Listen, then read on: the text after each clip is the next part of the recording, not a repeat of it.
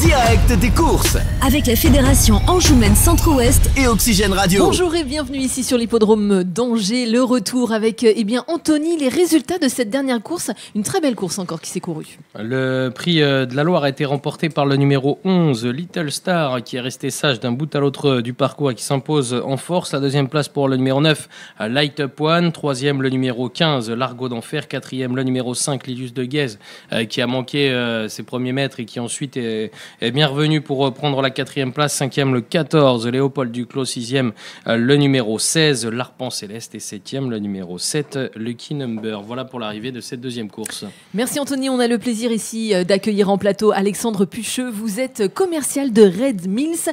Red Mills, c'est une solution de nutrition équine, c'est bien ça ? Voilà, tout à fait. On est une société donc irlandaise, européenne, située entre Berlin et Cork, à peu près à mi-chemin. Et donc, on est à la base semencier et donc alimentation pour tout type d'animaux et essentiellement les chevaux. Justement, vous avez de la nourriture qui est totalement innovante. Quelle est la différence de vos produits ? Alors, nous, ce qui nous différencie, pour la partie équine évidemment, c'est qu'en fait, on est semencier, c'est-à-dire qu'on attache une importance énorme à la matière première. Donc tout ce qui est orge, avoine, ça vient d'Irlande. En fait, on vend nos semences et on rachète à 600, on les vend à 600 agriculteurs irlandais à peu près. On rachète les semences avec un cahier des charges draconien, soit ça rentre, soit ça sort. Et par exemple, tout ce qui est maïs en Irlande, c'est pas bon, donc on va le chercher dans le sud-ouest de la France. Enfin voilà, nous, on attache une importance énorme à la matière première.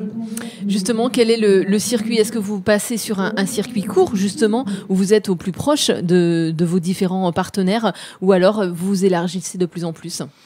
Non, nous on a, voilà, encore une fois, je vous dis, tout ce qui est orge avoine, on est sur de l'avoine blanche, en Irlande. Mais voilà, on a notre circuit. Après, pareil pour le maïs, on a notre réseau. On travaille vraiment comme ça. Pour être sûr du 1er janvier au 31 décembre d'avoir vraiment une qualité première de matière première irréprochable. Comment ça se passe ? Est-ce qu'il y a des contrats qui sont faits directement avec les écuries, avec les entraîneurs, ou alors chacun fait des commandes séparées ? Comment vous organisez ? Non, ça après la commercialisation, en l'occurrence moi je gère la partie ouest, on est 3 en France, on gère avec des distributeurs, par exemple j'ai un distributeur donc pour tout ce qui est le nord-ouest de la France qui est la Société du Tertre. On a pour la région parisienne la société Marchal, on a la société Cazenave dans le sud-ouest, Perdiguet sud-est et Axéréal dans le centre. Voilà, et c'est comme ça qu'on fonctionne. Et Equi-Ouest et Nouriel pour la partie Normandie. Et après, voilà, c'est eux qui s'occupent de la logistique et de la distribution. Quelques gros clients sont livrés en direct, mais sinon ça passe essentiellement par nos distributeurs. Pour vous, c'est très intéressant d'être sur les hippodromes en direct ? Oui, c'est la base, loin des yeux, loin du cœur. Voilà, et puis ça nous permet c'est quand même des métiers, tant pour les éleveurs que pour les entraîneurs, des métiers qui sont quand même assez stressants. Après, ça reste ma philosophie et ma façon de travailler, c'est que la vente tupperware, c'est pas mon truc. Voilà, c'est que là, j'ai des connaissances. Tiens, on me présente telle personne, la personne m'a vu. Je peux passer sans trop de soucis. Téléphoner à un entraîneur ou passer à l'improviste, il va avoir un problème avec un cheval, avec un propriétaire, avec du personnel, c'est pas bon. Alors que si vous avez vu en amont, dans un contexte un petit peu plus décontracté, c'est beaucoup plus facile de synchroniser. À mes yeux, après je dis pas que j'ai la meilleure solution. Justement, est-ce que vous avez des noms de chevaux, de grands chevaux que vous avez nourris, que vous nourrissez ? Ça, je préfère ne pas citer de chevaux parce que je vais en oublier, parce qu'on a beaucoup de clients. Donc je veux léser personne, mais oui, on est dans de belles écuries, essentiellement dans le galopeur, et on commence depuis quelques années à rentrer dans le trotteur dans des belles maisons. Mais bon, je ne vais pas citer de chevaux parce que je pourrais froisser certaines personnes si j'en oublie. Et ils seraient trop nombreux. Est-ce que vous mettez un point d'orgueil à travailler au niveau de la recherche, de l'évolution de vos produits? Ah oui, tout à fait. Nous, en fait, la société Rennes Mills, c'est familial. C'est la troisième génération. Et en fait, ce qui les caractérise, c'est que aujourd'hui, ils font tout de A à Z. C'est-à-dire que, bon, on est semencier. Après, on a un système de cuisson qui est innovant, c'est-à-dire qu'on est sur de la cuisson vapeur, donc beaucoup plus digeste. Ça, on est les seuls à le faire. Pour l'export, on est sur des sacs sous atmosphère contrôlée. Ça, pareil, c'est breveté, on est les seuls à le faire. Donc, c'est-à-dire qu'en fait, grosso modo, ça nous permet de mettre ni additifs ni conservateurs. Le produit reste frais. Et c'est pour ça qu'on explose au niveau mondial. On est dans presque 80 pays aujourd'hui. On est les numéros 1 mondiaux, dû à ce fait les variations de température ou l'humidité. Si vous ne mettez pas des conservateurs additifs, vous allez au Japon, le produit, c'est 3 mois d'acheminement. Il arrive là-bas, il est grouillé. Avec ce principe-là, non. Et du coup, on a aussi notre propre laboratoire sur site, ce qui nous permet de répondre à tous les jockey clubs ou sur les problèmes de dopage. Donc ça, c'est important et ça nous permet donc de faire évoluer les produits. Et oui, on est en perpétuelle recherche d'innovation. Et depuis 3-4 ans maintenant, la seule chose qu'on sous-traitait, c'était tout ce qui était vitamines minéraux, les prémix. Et en fait, quand on est arrivé au Japon, on s'est rendu compte que ils ont tout disséqué.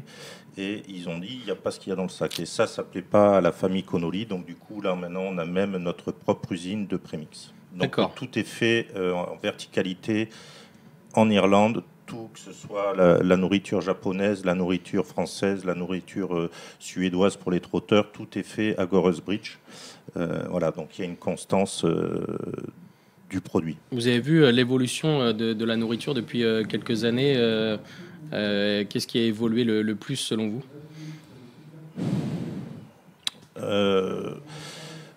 Il y a une vraie recherche. Avant, c'est vrai qu'on nourrissait beaucoup avec de la céréale brute. Maintenant, on est beaucoup moins là sur ça, bien qu'il y ait encore quelques clients avec de la céréale et puis un complément céréal. On évolue beaucoup sur des produits, on essaye de mettre un petit peu moins d'amidon parce que l'amidon c'est le fioul du cheval, mais c'est ce qui peut créer coup de sang, myosite, ulcère, c'est peut-être pas l'idéal. Voilà, donc il y a des évolutions, mais bon, on n'est pas les seuls non plus à faire ça, à évoluer dans ce sens-là. Hein. Mais oui, on est vraiment sur une recherche, et puis un petit peu comme les courses, comme les chevaux, il y a les courses évoluent, les courses comme changent, comme le sport en général, effectivement. Les recherches nutritionnelles que vous les faites au niveau mondial. Est-ce que vous les sectorisez par région, par continent? Non. Après, c'est les produits qui sont différents suivant les régions. Par exemple au Qatar ou en France, ils vont pas avoir les mêmes besoins parce que c'est pas les mêmes climats, parce que il faut pas oublier que le cheval c'est un herbivore. Donc la base de l'alimentation c'est le fourrage. Après, on met une alimentation industrielle. Pourquoi? Parce qu'on en fait des athlètes, ce qui est entre guillemets contre nature. Mais voilà, donc suivant les qualités de fourrage, effectivement, dans les pays du Qatar ou quoi, ils n'ont pas des fourrages comme on peut avoir nous en France ou en Irlande ou en Angleterre. Donc c'est l'aliment qui diffère, mais après les recherches sont les mêmes sur tous les produits. Il y a une grosse différence entre la nutrition pour les galopeurs et les trotteurs? On est à peu près, je dirais, sur les mêmes produits trotteurs, galopeurs, obstacles. Parce qu'en fait, c'est des chevaux qui sont, je dirais, un peu robustes, comme des marathoniens, ouais, où on fait beaucoup de fond. Le cheval de plat, c'est plus comme un coureur de 100 mètres. Donc, voilà. Mais après, non, sur le trotteur qu'on commence à développer sérieusement est quasi sur les mêmes produits que le pur sang obstacle. Maintenant, c'est sur les quantités, effectivement, ce qui est paradoxal, c'est qu'un trotteur va manger en règle générale un petit peu moins, je parle surtout sur la partie élevage, pas entraînement, va avoir besoin de quantités moindres par rapport à un pur sang. Mais sinon, non, c'est quasi les mêmes produits. Ouais. Et vous accompagnez vos clients pour faire les régimes, enfin les rations de... Ah oui, tout à fait. Nous, chaque client qui rentre, on a des nutritionnistes. On a 5 nutritionnistes, dont une nutritionniste vétérinaire en Irlande, et on a une nutritionniste en France. Et chaque client qui souhaite, on fait un devis tarifaire et protocole alimentaire. Et après, il y a des suivis. Moi, je suis technico-commercial, mais après, voilà, si je suis pas nutritionniste, j'ai des notions. Mais si j'ai un doute ou quoi, il n'y a pas de mauvaise question. Si j'ai un doute, c'est Joker, appelle un ami, et voilà. Et justement, est-ce qu'au cours des recherches, on voit qu'il y a une grande différence par rapport à la compétition, au résultat des chevaux selon leur alimentation ? Alors, je pense que moi j'ai une petite métaphore que j'aime bien, c'est vous prenez 2 Ferrari. Une, sans vouloir blesser personne, vous mettez un carburant de grande surface et puis révision, je ne veux pas citer de marque, mais lambda. Et l'autre, vous l'amenez chez Total et puis vous allez chez Ferrari pour faire les révisions. Celle qui est nourrie avec du lambda va pas aller moins vite. La seule chose, c'est peut-être que celle qui est révision Ferrari et Total va peut-être faire 100 000 de plus. Voilà. Je pense qu'un bon cheval reste un bon cheval. La base, c'est surtout au niveau de l'élevage, c'est comme les humains. S'il y a des carences à la base, quand vous appuyez sur le bouton start, il y a la carrosserie qui s'envole, quoi. Je pense que c'est surtout ça qui est important. Après, le bon cheval, s'il y a le moteur, il y a le moteur. Merci à vous. Dans quelques minutes, dans quelques secondes même, va débuter le début de votre course. C'est le prix Red Mills. Nous, on se dit à dans quelques minutes.